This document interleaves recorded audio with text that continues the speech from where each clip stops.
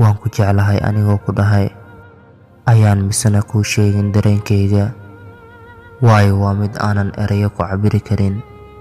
Keliya waxaad ku ogaan kartaa adigoo qalbigayga dilaaciyo, misna fiiri waxa kuugu jiro.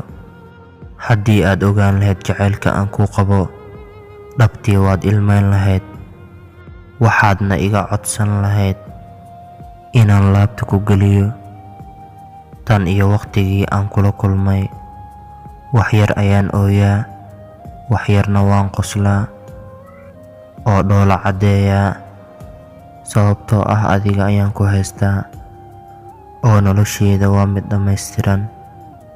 Maalin kasta oo aan adiga kula joogo waa wax cajiib ku ah noloshayda, sababtoo ah waxa ay nafteedu diyaar u tahay safarka dheer ee nolosha in ay adigu kula qaadato. Waayo adduunka ayaan kuu jeclahay oo kaama maarmo, noloshaydaad ku weyn tahay oo waxaad tahay adduunkayga oo dhan.